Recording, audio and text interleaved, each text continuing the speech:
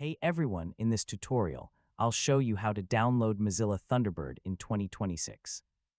Thunderbird is a free email application that lets you manage email accounts, messages, contacts, and more from one desktop app. So let's get started.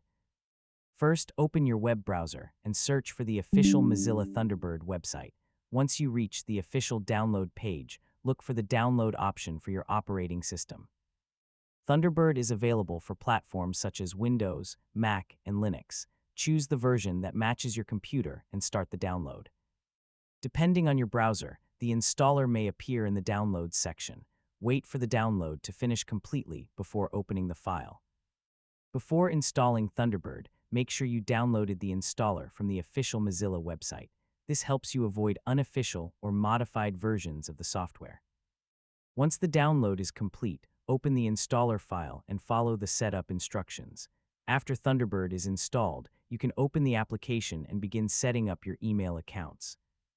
And that's how to download Mozilla Thunderbird. The process is quick and straightforward, and you can have the installer ready in just a few moments.